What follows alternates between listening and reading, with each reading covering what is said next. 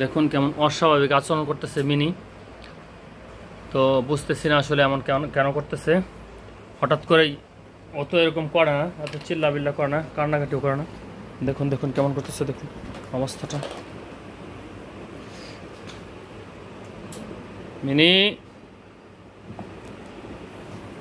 ওমা ওমা ওমা ওমা ওমা ওমা, কি হয়েছে মিনি, কি হয়েছে মিনি? এই যে এই যে এই যে এই যে কি হয়েছে? হুম, কি হয়েছে? কি কি সমস্যা কি?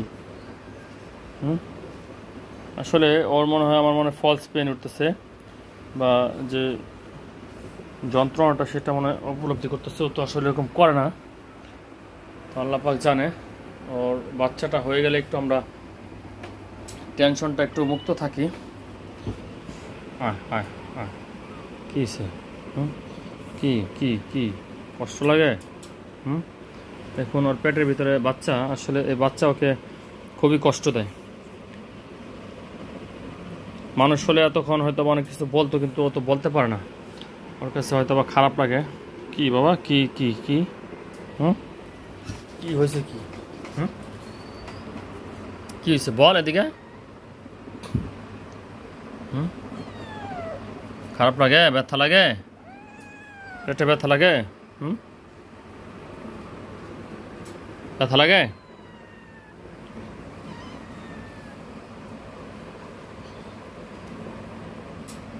তো বিড়াল আসলে আমি কখনো লালন পালন করি নাই, এটাই ফার্স্ট।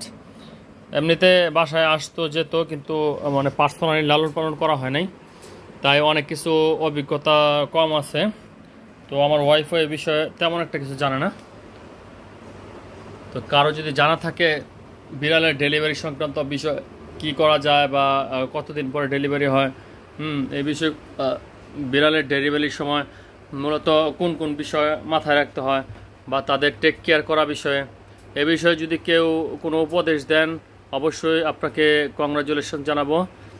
আপনার উপদেশ সাদরে গ্রহণ করব।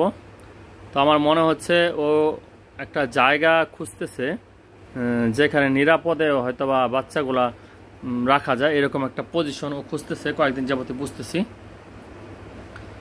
তো মাঝে মাঝেই চিৎকার করে, আমার মনে হয় মাঝে মাঝে ব্যথাটা তার অনুভূত হয়। আয় আয় আয়।